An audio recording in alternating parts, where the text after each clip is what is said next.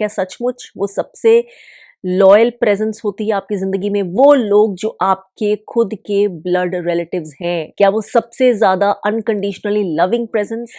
अगर मेरे पेरेंट्स, मेरे ग्रैंड पेरेंट्स, उनके ग्रैंड पेरेंट्स में से अधिकतर लोगों ने अपने ट्रॉमास को देख लिया होता, अपनी टॉक्सिक लॉयल्टीज को समझ लिया होता, अपनी कोडिपेंडेंसीज को, अपनी पीपल प्लीजिंग को, अपने कंट्रोल करने के या कंट्रोल होने देने के स्वभाव को समझ लिया होता, अवेयर हो गए होते, रिजेक्ट कर दिया होता, पेन सह लिया होता लेकिन हीलिंग चूज की होती, तो मुझे इस जिंदगी में इतनी हीलिंग अकेले नहीं करनी पड़ती। एक पूरी लीनियज के लिए मुझे इतने सारी चीजें नहीं सहनी पड़ती अकेले, मुझे इतना योद्धा नहीं बनना पड़ता। शायद मैं बहुत सारी नॉर्मल चीजें एंजॉय कर लेती, नहीं तो ब्लड तो शायद पानी से भी ज्यादा पतला होता है। श्री कृष्ण को सारा जो डायलॉग ही करना पड़ा था जो कि गीता के पन्नों में कैद है, उसकी जरूरत ही इसलिए पड़ी थी क्योंकि अर्जुन अपनी ही ब्लड लाइन से लड़ने के लिए जा रहा था, क्योंकि धर्म की उस वक्त वही डिमांड थी, क्योंकि ये ब्लड लाइन कर्स थी। Mahabharata is actually a story about a cursed blood line. आपकी सबसे बड़ी खुशियां शायद, लेकिन आपके सबसे डीपेस्ट कटिंग वुंड्स भी आपके ब्लड के थ्रू ही होंगे। Hello everyone, I am back once again. एक बार फिर से मैं हाजिर हूँ वही काम करने के लिए जिसके लिए मुझे पूरी जिंदगी और उस जिंदगी के बहुत सारे हिस्से में बूट कैंप स्टाइल ट्रेनिंग मिली है, जो करने के लिए मुझे इस टाइमलाइन में ही भेजा गया है और जो करने के लिए मैं हूँ इन गॉड्स एम्प्लॉयमेंट। यानी कि बिल्ली के गले में घंटी बांधने के लिए, to bell the cat, to point out the elephant in the room, वो बोलने के लिए जो बहुत सारे लोगों को बोलना चाहिए लेकिन बोलते नहीं है, वो कड़वा सच साफ जो कि शुगर कोटेड नहीं है, खुश करने के लिए नहीं है, वो नहीं है जो आप शायद सुनना चाहें लेकिन वो डेफिनेटली है जो आपको सुनने की जरूरत है। एक बार चाहे झटका भी लगे, आप उस झटके से उबर जाए तो आपको अपनी हीलिंग की तरफ ले जाएगा, और अगर आप बने रहे तो उस हीलिंग के पार होता क्या है वो भी दिखाएगा। मेरा नाम शुचि है। I am a fully awakened empath, spiritual warrior, light worker and an ancestral और ब्लड लाइन पाथ और कर्स ब्रेकर। ब्लड की बात आई तो एक लाइन बहुत ही क्लीशे की तरह आई एम श्योर हर भाषा में होगी, हर नेशन में, हर कल्चर में, और वो है blood is thicker than water. ये एक ऐसी अगेन बहुत ज्यादा प्रोग्राम्ड जो कि हमें ड्रिल करी गई है दिमाग में, लेकिन क्या ये सच है कि जो अपना खून होता है क्या वो सचमुच वो काम कर देता है आपके लिए जो कोई और नहीं कर सकता? हमारे सबसे क्लोजेस्ट सगे संबंधी जिनके साथ हमारा खून का रिश्ता है, क्या वो रिश्ता हर रिश्ते से बड़ा है? क्या वो अनब्रेकेबल है? क्या वो सबसे प्योर है, सबसे पावरफुल है, हमारे लिए सबसे हीलिंग, सबसे अनकंडीशनली लविंग, सबसे नर्चरिंग, हमारी ग्रोथ में, हमारी असेंशन में क्या सबसे ज्यादा बेहतरीन है, इंस्पिरेशनल है, मोटिवेशनल है? ऑब्वियसली नहीं, जरूरी नहीं, और आजकल तो शायद इसकी पॉसिबिलिटी बहुत ही कम दिखती है, क्योंकि अगर ये पंक्ति जो साथ में बांधने के लिए, जो इमोशन ट्रिगर करने के लिए हमारे अंदर, अगर वो सच होता तो इतने सारे बिखरे हुए, टूटे हुए परिवार नहीं दिखते, और इतने सारे वो परिवार नहीं होते जो अंदर से तो बिखरे हुए हैं, टूटे हुए हैं, डिसफंक्शनल हैं, लेकिन क्योंकि वो टावर को गिरने नहीं देना चाहते, इसलिए उन्होंने वो जो क्रम्स है ना किसी तरह से समेटे हुए हैं, और बाहर से इंप्रेशन दिए जा रहे हैं, कि जैसे कि मैं बोलती हूँ ऑल इज वेल, जबकि all is absolutely not well. यानी कि सुपरफिशियल फसाड रिस्पेक्टेबिलिटी का, लव का, बिलोंगिंग का, टुगेदरनेस का, जेन्युइननेस का, एक दूसरे के साथ बंधे होने का, प्योर इंटेंशंस का, लेकिन अंदर से धीमे धीमे जैसे और अंदर जाते जाएं और लेयर्स हटाते जाएं, लोगों के मार्क्स के पीछे जब उनके दिलों तक पहुंचते जाएं तो राज निकलते लगते हैं। पता चलता है कि ये कितना झूठ है, ये तो सिर्फ एक बनावटी घर है। इतने सारे लोगों के दिलों में दर्द नहीं होता, इतने सारे बच्चे अनलव्ड फील नहीं करते, पेरेंट्स के होते हुए भी ऑर्फन्ड फील नहीं करते, इतने सारे बच्चे बड़े या बूढ़े भी ट्रॉमा बॉन्ड्स में, गिल्ट में नहीं रहते। तो अगर इतनी ही पुख्ता, इतनी ही पक्की, इतनी खूबसूरत होती ब्लड लाइन्स तो ये सब क्यों होता? अनफॉर्चुनेटली जो हमारे ब्लड रिलेशंस होते हैं वही हमारे सबसे बड़े सीख भी होते हैं जिंदगी में। और मोस्ट ऑफन जहाँ बड़े बड़े लेसन्स होते हैं वो ब्लड रिलेशंस के थ्रू ही आते हैं, लीनेज के थ्रू ही आते हैं, फैमिली के थ्रू ही आते हैं, एंसेस्ट्री के थ्रू ही, इसकी कंटिन्यूटी एक ब्लड लाइन के थ्रू ही होती है। क्योंकि खून का रिश्ता एक ऐसी चीज है जो हम एटलीस्ट कॉन्शियसली चूज नहीं करते हैं, ये बर्थ से पहले हो चुका होता है कॉन्ट्रैक्चुअल, इसलिए वो ऐसी चीज है जिसको हम ग्रांटेड ही लेते हैं। उसको तोड़ने का हमारे में थॉट भी मृत्यु के समान लगता है। इसलिए अधिकतर लोग जिंदगी में हर पीड़ा सह लेंगे, हर मास्क पहन लेंगे, हर डिसफंक्शन को, हर टॉक्सिसिटी को जी लेंगे, आगे प्रोपोगेट कर देंगे, पास ऑन कर देंगे, क्योंकि उनको ये ब्लड की चीज बचानी है। ये तो पैदाइशी है।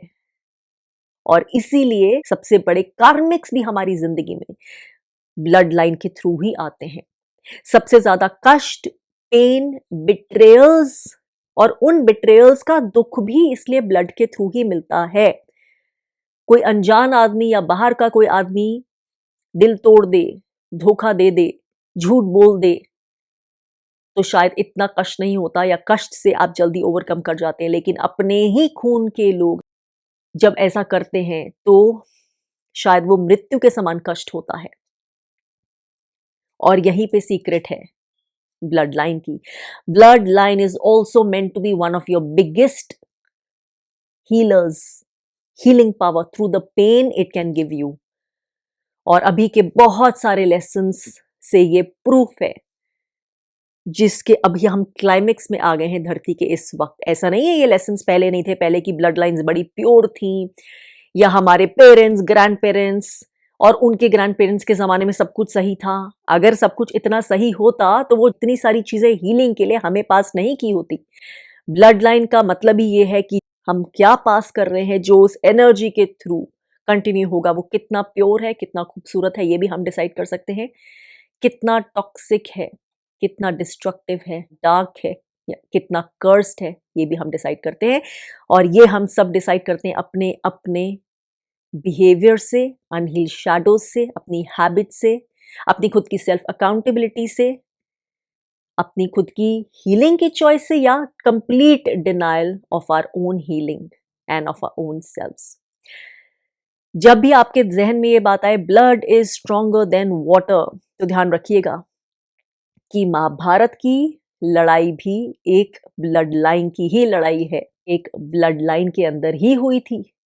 और यही सबसे बड़ा कष्ट था, यही सबसे बड़ी दुविधा, यही सबसे बड़ी रेजिस्टेंस थी अर्जुन जैसे योद्धा की भी, जो 2 बार सोचता भी नहीं वार करने से पहले शत्रु पर। क्योंकि यहाँ जिसके ऊपर वार करना था, जिसको डिस्ट्रॉय करना था, जिसके अगेंस्ट कदम लेना था, वो खुद की ही ब्लड लाइन थी, अपने ही बड़े बूढ़े बुजुर्ग, जिनसे ऐसे नहीं कि उनमें से किसी से प्यार नहीं मिला था, लगाव नहीं था, नहीं, क्योंकि लगाव था, क्योंकि प्यार था, क्योंकि टॉक्सिसिटी इतनी ऑब्वियस तरह से नहीं आती है कि हमारे लिए चीजें आसान हो जाए, कि हेट्रेड ही है तो फिर क्या फर्क पड़ता है, क्योंकि वो प्यार भी होता है, क्योंकि कंफ्यूजन होता है, कि मिक्स्ड लॉयल्टीज भी होती हैं, क्योंकि उसी ब्लड लाइन में जहाँ इतने लोग गलत है, लेकिन उन अनहील्ड में से कुछ से प्यार भी मिला होता है, चाहे अनहील्ड तरीके से ही, क्योंकि इतना कुछ इतना ऑब्वियस नहीं होता उससे ब्रेक करना, क्योंकि हमारे पास वही होता है, हमें लगता है this is all we have, ये नहीं है तो क्या, फिर क्या है, क्योंकि ब्लड लाइन का और कोई सब्स्टिट्यूट नहीं होता। क्योंकि एक जीवन में आप ब्लड लाइन और दूसरी क्रिएट नहीं कर सकते, ब्लड रिलेटिव्स दूसरे क्रिएट नहीं कर सकते हैं, बाकी सब कर सकते हैं। और इसीलिए ये पेन सबसे बड़ा होता है, और इसीलिए डार्कनेस का सबसे बड़ा तरीका होता है अपने आप को प्रोपगेट करने का, कि वो ब्लड लाइन्स पे अटैक करे, ब्लड लाइन्स पे यानी कि ब्लड लाइन के लोगों पर, हर एक इंडिविजुअल पर, जो कि टारगेट तब ज्यादा होता है जब वो अनअवेयर होता है, और उसके बाद फिर टारगेट इसलिए होता है क्योंकि अब वो अनहील्ड है, इसके लिए वो अवेयर नहीं होता, या फिर अनहील्ड है इसके लिए अपनी रिस्पॉन्सिबिलिटी नहीं लेता, और फिर वो ब्लड लाइन आ जाती है अंदर, direct attack of the darkness. और फिर वो एक बार जब कब्जा कर लेती है तो वो पास ऑन करके that blood line becomes toxic, dysfunctional and often deeply cursed. यही ब्लड लाइन्स होती हैं जहां पर बहनों की, भाई और भाई आपस में आंख से आंख नहीं मिला सकते, शत्रु की तरह रहते हैं, प्यार नहीं होता है। एक ही घर में पले बड़े होते हैं, फिर भी दे आर लाइक कॉम्पिटिटर्स। किसकी जिंदगी बेहतर है, ये एक सेंस ऑफ जेलसी एक दूसरे में ज्यादा होती है, जहां पर एक दूसरे को मोटिवेट करने के बजाय लोग ये ज्यादा देख रहे होते हैं कहीं वो मुझसे मटेरियली आगे तो नहीं निकल गया, कहीं उसने ज्यादा तरक्की तो नहीं कर ली। जहां पर लोग जेलस होते हैं एक दूसरे से, अपने खुद के बहन भाइयों से, कजन से।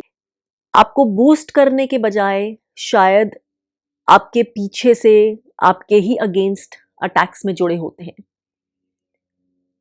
और ऐसे ब्लड लाइन्स में अच्छे लोग भी होते हैं कुछ, जो इन सब से कुछ लेना देना नहीं होता इन्हीं रिलेशंस में। ये मामे, चाचे, ताए, बुआ, मौसी, ये सब अच्छे वाले भी होते हैं, लेकिन वो अच्छे वाले ऐसे होते हैं जो धर्म के रास्ते पर नहीं चल रहे होते। उनकी अच्छाई वो प्लीजिंग के लिए होती है, वो कोडिपेंडेंसी होती है। वो चाहे बुरा नहीं चाह रहे आपका, चाहे जेलस नहीं है, लेकिन वो कुछ स्ट्रेंथ भी नहीं दिखा रहे सच के साथ खड़े होने की, सही करने की, आपको सही दिशा दिखाने की, गलत को गलत बोलने की। तो फिर ऐसी अच्छाई का क्या फायदा? ऐसी अच्छाई तो वीकनेस है। उस वीकनेस पे तो जो डार्कनेस वाले लोग हैं वो आसानी से कंट्रोल कर लेंगे। और ऐसा ही होता है, ऐसे ही चलती है ब्लड लाइन्स।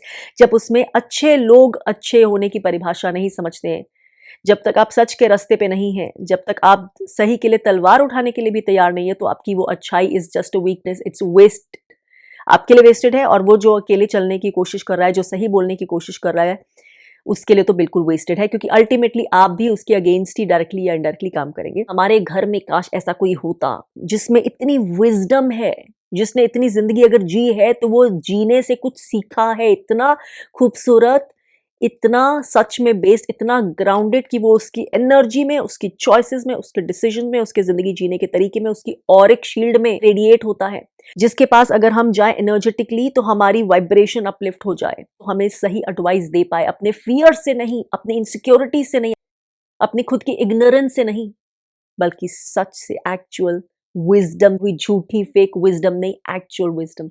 अक्सर बड़े बूढ़े ही लोग होते हैं जो परिवार में विनाश का कारण बन रहे होते हैं। अगर हटी हूं तो मैं अपनी हीलिंग की रिस्पॉन्सिबिलिटी ली है और तलवार उठाई है और अपने अंदर जाके काम किया है। वो काम जो मुझसे बड़ों ने मेरे परिवार में नहीं किया और मेरे लिए रास्ता आगे आसान नहीं किया, नहीं खोला, वो मुझे करना पड़ा। लेकिन शायद जो मेरे पीछे आएंगे उनके लिए मैं आसान कर चुकी हूँ।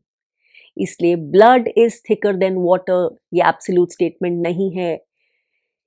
ये तभी सच मायने में कुछ मीनिंग होल्ड करती है जब उस ब्लड लाइन के लोग इतने हील्ड हो कि वो ब्लड लाइन आगे एक ट्रूथ की एनर्जी पे चल रही है। उस परिवार के लोग आपस में ट्रॉमा बॉन्ड्स और कंट्रोल को प्यार बोलकर नहीं जुड़े हुए हैं, वो एक्चुअली जुड़े हैं क्योंकि वो इतने हील्ड हैं। उनका होना ही एक दूसरे को अपलिफ्ट करता है। क्रैब्स इन द बास्केट की तरह नीचे नहीं खींचता, वो उनको और आगे इमोशनली, मेंटली, स्पिरिचुअली अवेकन होने के लिए, आगे अपनी सफलता की तरफ हर तरह से कदम बढ़ाने के लिए, सिर्फ मटेरियल ग्रीड के लिए नहीं, लेकिन सिर्फ पूरी तरह से अपनी फुलफिलमेंट के लिए, जो उनको इंस्पायर करता है। वो लोग जो आपके पैर की रूट्स भी बनेंगे, पीठ के विंग्स भी बनेंगे। ऐसी लिनेजेस होती हैं जहां पे कहा जा सकता है कि blood is thicker than water. ऐसी नहीं जो अगर आप डूब भी रहे होंगे ना, तो वो पहले खड़े होके आपकी 4-5 फोटोग्राफ्स खींचेंगे बचाने के लिए, हाथ देने के बजाय। जो या तो आपका साथ तब देंगे क्योंकि आप इतने बेचारे, इतने वीक लग रहे हैं कि उस बेचारगी में आपको सपोर्टिंग हैंड, हेल्पिंग हैंड देने से वो बेटर लगेंगे, वो पेट्रोनाइजिंग लगेंगे, वो दिखा सकते हैं कि हम कितने उदार हैं। या फिर क्योंकि आप इतनी इंपॉर्टेंट पोजीशन में हैं कि आपके साथ जुड़ना उनको भी प्रेस्टीज देता है, बोरोड कुछ प्राइड देता है, उनके भी कुछ काम सोसाइटी में कुछ इमेज पूरी करता है। Blood is thicker than water बहुत सारी कंडीशंस फुलफिल होने पर डिपेंड करता है, और ये फुलफिलमेंट डिपेंड करती है उस ब्लड लाइन के हर इंसान के ऊपर कि क्या वो एक कंट्रोल्ड सिस्टम का पार्ट है, उसमें पार्टिसिपेंट है, अब्यूजर भी है और अब्यूज्ड भी है, या वो अपनी पूरी अकाउंटेबिलिटी लेकर उन चीजों को ठीक कर रहा है अपने अंदर जो कि शायद उसके पहले वालों ने ठीक नहीं की या उसके आसपास वालों ने ठीक नहीं की, ताकि वो उनसे वही चीजें ले सके जो कि सच में लेने लायक है, लेकिन वो नहीं जो उसको बंद पिंजरे में रखती है। सिर्फ ब्लड शेयर करने से, सिर्फ कहीं पे पैदा हो जाने से या किसी को पैदा कर देने से ही सब कुछ पूरा नहीं हो जाता है। वो तो शुरुआत होती है। काम तो वो होता है जो हमें खुद करना होता है अपने अंदर। इतने समझाने की ज़रूरत श्री कृष्ण को इसीलिए पड़ी क्योंकि अर्जुन अपनी ब्लड लाइन से ही लड़ने जा रहे थे। इतने मोटिवेशन की ज़रूरत इसीलिए पड़ी कि वो सही कर रहे हैं ना। Mahabharata is actually a story about a cursed blood line. अगर आप देखेंगे सारी की सारी ब्लड लाइन कर्स थी। कहीं कोई कुछ कर रहा है, कहीं कोई कुछ कर रहा है, जिसको मिलना चाहिए उसको मिल नहीं रहा, कहीं किसी को गलत श्राप दे दिया, कहीं किसी का हक छीन लिया, कहीं कोई चॉइसेस गलत कर रहा है, कहीं कोई लॉयल्टीज गलत दिखा रहा है इसलिए फंस गया। और अल्टीमेटली उस ब्लड लाइन में जो हुआ वो होना ही था, क्योंकि there is only that much point जहां तक ऐसी ब्लड लाइन आगे जा सकती है इससे पहले कि डिस्ट्रक्शन हो, क्योंकि ये इतना पुराना, इतना सड़ चुका है कि इसको डिस्ट्रॉय किए बिना नया नहीं हो सकता, इसके अंदर से ही क्रिएट नहीं हो सकता धरती पे। तब ऐसे जरूरत पड़ती है और ये चीज ब्लड लाइन में ही होती है। ये ध्यान रखना कि ऑफन आपके जिंदगी की सबसे बड़ी दिखने वाली या अनसीन लड़ाइयां, बड़े pains, deepest life changing lessons including वो जहाँ पे टावर्स गिर जाते हैं, वो आपके ब्लड के थ्रू ही होंगे।